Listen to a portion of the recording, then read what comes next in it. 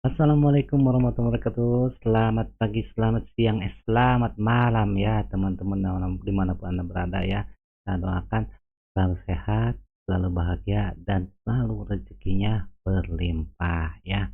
Oke, kali ini kita akan mereview kembali bagaimana kegiatan-kegiatan dari Bapak Gubernur kita ya, Bapak Deddy Mulyadi dan apa sih kemajuan-kemajuan dan video-video yang viral terkait Jawa Barat ya, khususnya umumnya Indonesia ya. Tapi jangan lupa di-like, di-komen, dan subscribe ya channel ini supaya lebih baik lagi, lebih maju lagi ya. Dan tentu saja dukungan Anda adalah sangat berarti bagi saya. Oke. Oke, nggak lama-lama kita langsung aja video yang pertama ya. Ini nah ini Gubernur Gelo perkara cangcut bikin ngakak satu rakan ya. Oke, kita dengar ya sama-sama. Ibu, kenapa? Kasih kepada Bapak sedang bertugas sempurna. Bukan saya. Saya mah punya kebijakan menganggarkan 20 miliar bayar BPJS ketenagakerjaan untuk 1 juta orang, itu aja. Itu hoax. Ya, jadi baru-baru ini memang Bapak Kadem ini memberikan kebijakan untuk masyarakat Jawa Barat seluruhnya mengeluarkan dana 20 miliar untuk BPJS ketenagakerjaan, dan salah satunya ibu ini adalah yang mendapatkan, dan beliau mengucapkan terima kasih ya pada saat di acara ini ya. Fitnah. Kata siapa dari Bapak KDM? Bukan, itu dari Pemda Jabar. Nah, jadi yang meninggal siapa? Suami meninggal gimana?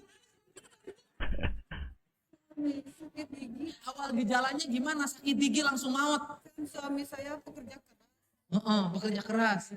Tapi saat sebelum sakit ke ibu masih keras. Aduh ya Allah. Bapak aing mah hayo we serius.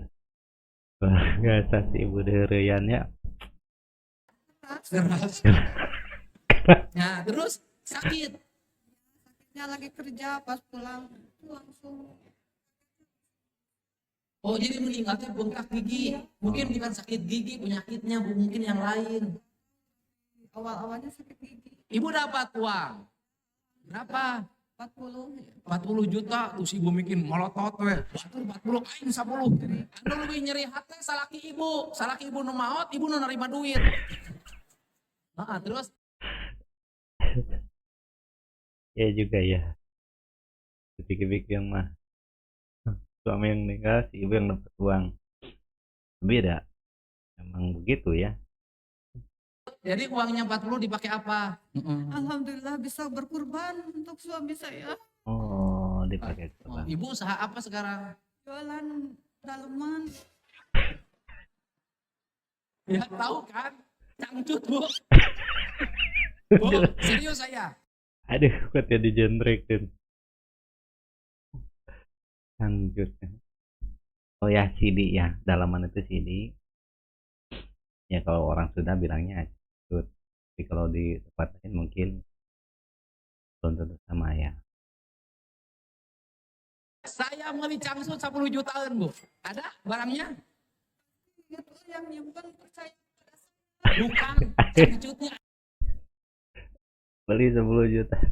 Aduh si ibu mungkin nervous ya, gemper kalau orang sudah bilang. Jadi apa yang ditanyain Pak Gubernur jawabnya yang lain. Ada enggak?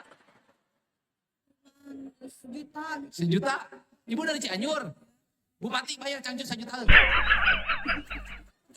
Dasar dokter kandungan, keluarganya kayak dagang cangcut. Bupati Depok mau beli cangcut enggak? Aduh. Bupati Cianjur. Nu ibu nu harga sabaraha Maaf ya. cangcutna? Waduh, beli cangcut ya, keprok. Beli cangcut. Nanti ibu kasih cangcut. Ya. Sekalian atasannya Bapak itu.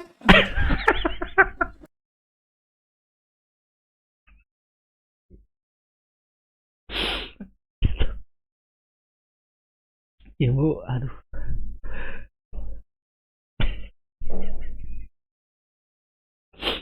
nggak sekalian atasannya Bapak. Alah,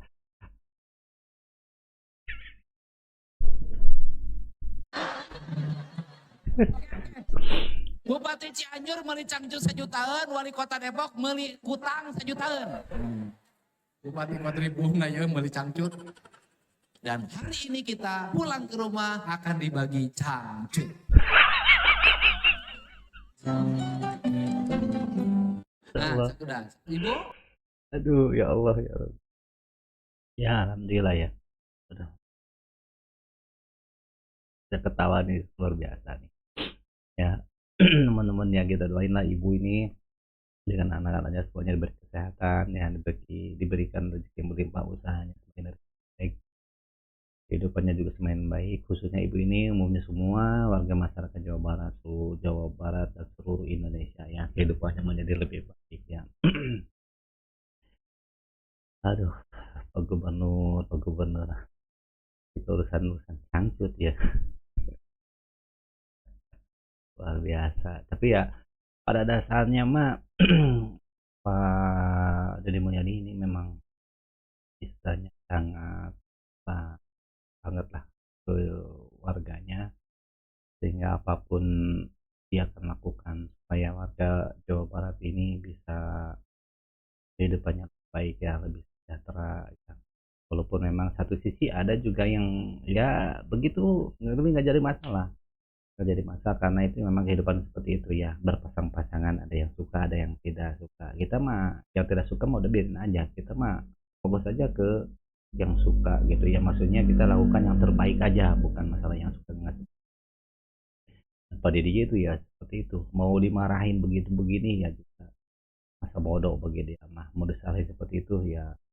Di dalam ini dan di dalam apa namanya, pada saat pertemuan ini beliau juga mengatakan banyak dimarahin sama orang karena yang ketidaksetujuan ya, memang itu resiko. Jadi nggak apa-apa karena tujuannya baik dan caranya baik, niatnya baik dan dilakukan dengan secara baik saja yang dilakukannya. Luar biasa. Oke, next apa nih ya? Update terbaru revitalisasi Pasar Tumpah SGC Cikarang pasca kedatangan Gubernur Jawa Barat gitu ya. Pasar Tumpah SGC Cikarang. Proses revitalisasi kawasan Pasar Tumpah SGC Cikarang, Kabupaten Bekasi, terus menunjukkan perkembangan positif pasca kedatangan Gubernur Jawa Barat, Kang Deddy Mulyadi, KDM, beberapa waktu lalu. Penataan lingkungan kini mulai terlihat dengan pemasangan paving block di sepanjang trotoar, serta pengecatan pagar Pasar Cikarang untuk mempercantik kawasan dan memberikan kenyamanan bagi masyarakat. Selain penataan fisik, kegiatan bersih-bersih sampah sisa aktivitas para pedagang juga terus dilakukan secara rutin. Upaya ini bertujuan menjaga kebersihan dan menciptakan lingkungan pasar yang lebih tertib, nyaman, serta bebas dari tumpukan sampah yang selama ini menjadi keluhan warga. Revitalisasi Pasar Tumpah SGC Cikarang diharapkan dapat mengubah wajah kawasan menjadi lebih rapi, indah, dan tidak lagi menimbulkan kemacetan. Dengan dukungan seluruh pihak, terutama para pedagang dan masyarakat, diharapkan kebersihan dan ketertiban yang telah mulai dibangun dapat terus terjaga, sehingga Pasar SGC Cikarang menjadi pusat perdagangan yang nyaman dan membanggakan bagi Kabupaten Bekasi. Gema Cikarang melaporkan langsung hari ini, Sabtu 20 Juni 2026, dari Pasar Tumpah SGC Cikarang. Ya, mengubah wajah. Intinya gini, di seluruh pasar di Indonesia ya, khususnya Jawa Barat, beberapa udah dibaiki, ada yang jadiin pasar bersih gitu ya. Ini beberapa pasar itu memang terkadang becek, kotor kayak gitu, dan depannya itu pokoknya nggak rapi lah gitu. Nah jadi ini ya mau beres mau bagaimana itu ya memang tuh adalah semuanya harus bersinergi, masyarakat, penjual, yang belanja gitu ya, dan terus pemerintah juga harus mau pada punya keinginan untuk bersama untuk rapi, bersih, resik gitu kan, enak gitu, nyaman ya gitu. Ini sekarang ya kita doain lah semuanya tujuannya Pak Gubernur dan mungkin semua dengan wali kota dan bupatinya di Bekasi sekarang itu adalah pasar ini menjadi pasar yang nyaman buat masyarakat, bagi penjualnya juga gitu. Dan berharap semua Jawa Barat, khususnya semua pasar-pasar itu enakeun lah, nyaman gitu. Jadi enggak, hai, coba deh apalagi tengah malam, itu kalau ke pasar itu ya, mana udah hujan gitu kan, becek gitu, terus bau bau bau di sana sini ya, bau amis, bau pokoknya mah kurang nyaman lah. Jadi biar jadi tempat yang paling nyaman gitu ya, pasar itu supaya masyarakat gitu, penjual juga senang dan itu juga tentu aja menjadi sehat, ramah gitu lingkungan. Ini harus kerjasama semuanya ya. Kita doakan semuanya lancar-lancar dan mudahkan ya. Oke, next ya apa nih? Pesantren-pesantren yang kuat. Gubernur aing mode kiai di depan para kiai sepuh, mau tapi kan isinya penuh makna. Seperti itu ya. Ada hibah, tidak ada hibah. Pesantren tak kokoh. Kenapa? Karena Allah yang melindungi perut para santri. Tuh. Karena ini yang menjadi orientasi kita. Saya lebih mengajak harus semuanya. Karena saya juga beragama Islam. Mari kita jaga Islam ini. Untuk tidak apa? Untuk tidak terlalu genit pada ritualisme. Untuk tidak terlalu genit pada sesuatu yang terlihat kasat mata. Kenapa? Karena Nabi kokoh itu karena tidak kasat mata. Kenapa? Kekuatan kita bukan pada warna, karena warna kita berbeda. Kekuatan kita bukan pada jumlah jamaah, karena kita tahu jamaah kita besar.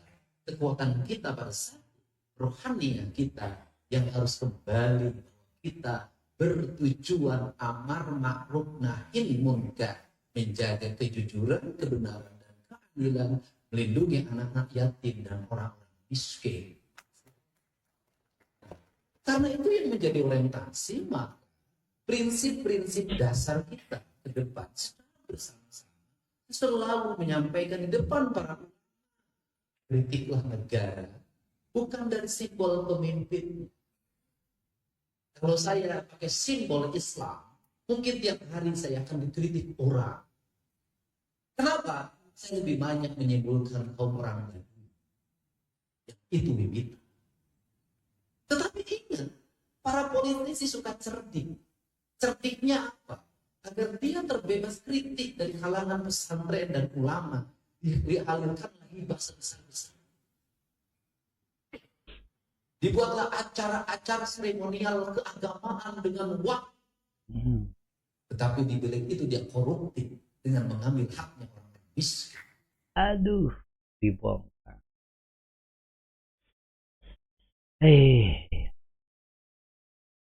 Pasti ada yang kena. Dibongkar guys.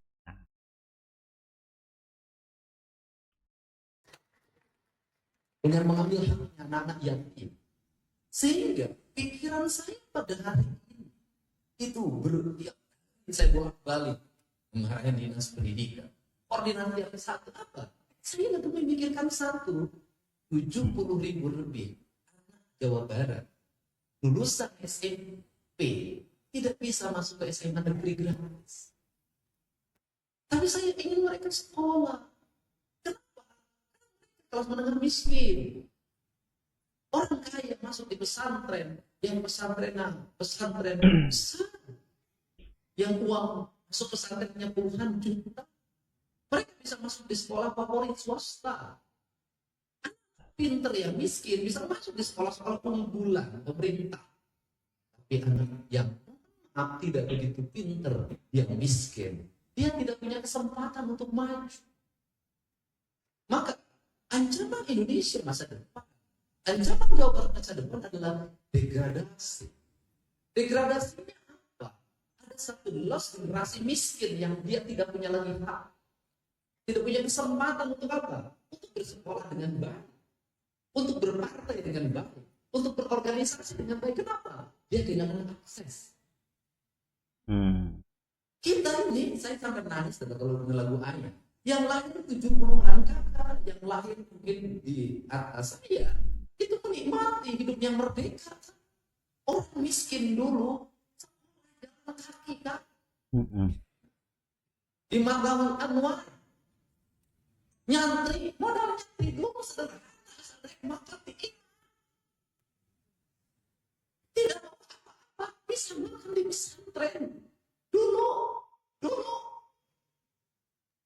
orang miskin kerja keras. Mohon maaf, di tahun 70-80 orang kaya tidak kerja keras, dia santai.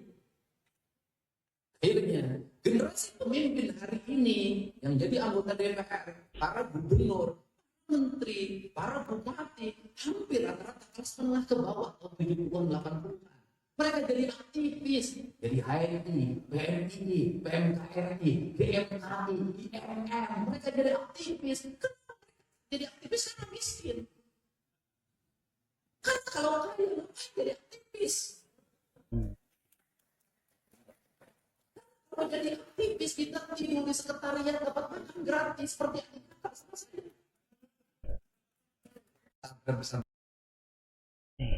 bongkar ya, jadi kebongkar. Jadi ya memang banyak yang dulu-dulu tuh seperti itu.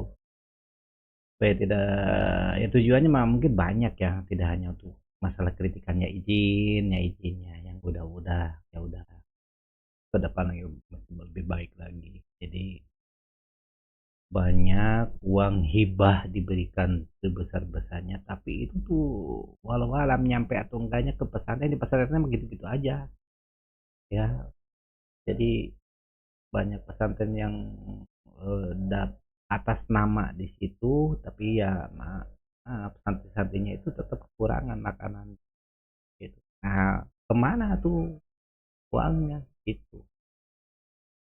Jadi salah satu pernah dulu di beberapa video, jadi Pak Deddy Mulyadi ini kan dulu sempat di wakil bupati dan bupati Wakata, dia tahu, terus anggota DPR RI juga, jadi tahu uang tuh hibahnya kemana.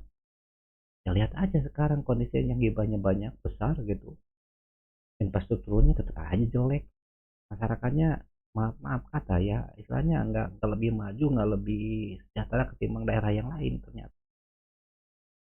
gitu ya. Ya mungkin teman-teman juga udah tahu lah ya, akan di apa namanya, dicerna. Iya, dengan seperti ini semuanya kebuka, pada ini buka aja nggak ada takutnya beliau mah, supaya kita ngerti paham ke depan seperti apa. Yang kritis-kritis itu pada dasarnya bukan karena memang untuk apa namanya, memang untuk masyarakat. Saya nggak tahu masyarakat mana yang dia kritis gitu ya terhadap gubernur, tapi pada kenyataannya ya.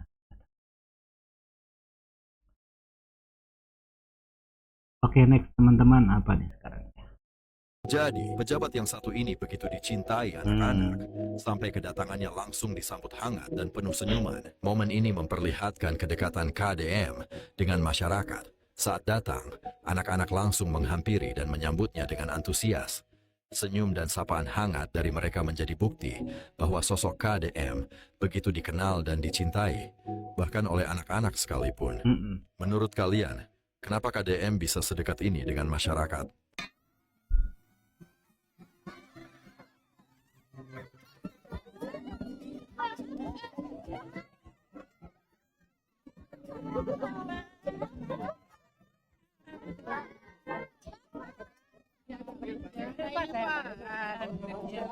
Datang Bapak. Ya.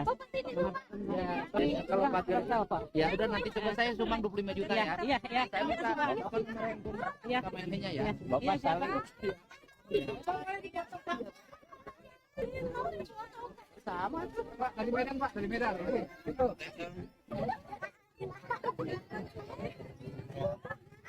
Nih, anak kecil tidak bisa berpura-pura kalau mereka senang, berarti ada sesuatu yang spesial. Iya. Anak kecil mah jujur yang.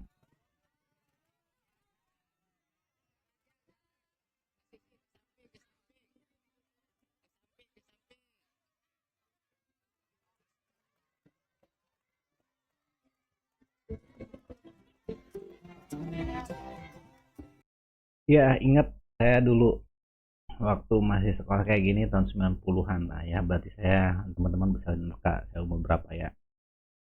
Dulu waktu saya SD, SMP itu masih ingat. Jadi kalau mau ada pejabat datang ke tempat saya, ke area sekolah saya, ke kampung saya, itu seminggu atau mungkin 3 hari lah, 3 hari sebelumnya langsung korpe. Korpe itu apa ya namanya itu, gotong royong, bersih-bersih jalan, dirapihin, dibagusin. Kadang-kadang yang nggak perlu juga dilakuin kayak pasang kulumul kayak gitu. Dulu ya, dulu. Nah, ada waktunya tiba, saya datang tuh. Apakah seperti ini? Enggak, enggak. Nggak kelihatan orangnya yang mana juga nggak kelihatan. Nggak sempet. Lewat-lewat aja. Dan mau kemana itu, pokoknya yang dijalanin tujuannya mau kemana ya gitu. Karena kita mungkin kelewatan, ya jadi terus bersih-bersih. Itu dulu. Kalau kayak gini mah kan enak tuh anak-anak tuh ya. Gubernur tuh nggak kayak ini pejabat, ini masyarakat, nggak gitu. Iya, makanya anak-anak itu seneng, seneng happy dengan cara itu. Jadi itu tahu banget karena mungkin ya zaman dulu mungkin ngalamin dulu juga ya sama kan kamu udah tahu apa beres-beres seperti ini ya. Ya mudah-mudahan semua pejabat di Indonesia itu seperti inilah. Mau datang itu nggak usah perlu ngasih info-info gitu. Jadi kan kelihatan apa namanya pura-puranya kelihatan banget pura-puranya bersihin. Oh, memang seharusnya kan harusnya bersih. Tuh. Tapi kan ini enggak, jadi kecenderungannya itu jadi giliran ada siapa baru beres-beres. Nah, ini nggak bagus. Ya. Oke, next ya teman-teman. Apa ini ya? Ini kisah setia istri driver ojol yang kakinya putus digencet. Tonton mungkin kegencet, kalau jadi gencet mah nggak sengaja kan nggak mungkin ya. Bisa deh kalau lokasi yang sama dari tonton. Yuk, kita tonton bareng-bareng. Motor kelindes mobil Toronton itu kayak gitu, ininya dikeluarin khususnya masukin aduh masukin hardback sama itu gitu. Jadi beliau ini 2 jam di bawahnya truk. 2 jam Iya, nggak bisa dievakuasi, nunggu forklift baru. oh harus pakai forklift dulu baru bisa diangkat. Baru bisa. Berarti bapak ini termasuk punya ilmu kanuragan. Bapak digencet mobil Toronton bapak masih selamat. Alhamdulillah. Tapi yang ujian bagi bapak itu adalah satu sekarang tuh. Yang ujian pak, rasa cemburu sama ibu. Nggak ada pak. Nggak ada? Enggak pak, takut ditinggalin. Ya, itu kan salah satu hal psikologi yang akan dihadapin. Pertanyaannya adalah, ibu tetap mau dampingin bapak dalam keadaan seperti ini? Setia sampai akhir? Luar biasa. Yeah. Kenapa ibu mau setia? Tadi ibu yang di Sukabumi masih jam-jam aja diginiin sama istrinya. Kenapa ibu mau tetap setia? Ya udah janji sehidup semati. Alhamdulillah. Sore. Kalau saya tidak hidup tidak mati, Bu. Urusan cinta mah. Gitu. Nah sekarang mungkin ibu tinggal warung. Iya. Warung. Kapan warungnya mau buka? Insya Allah ntar lihat kondisi. Warungnya saya kasih 10 juta nanti. Karena hebat banget. Ini hadiah bagi wanita yang setia pada suaminya.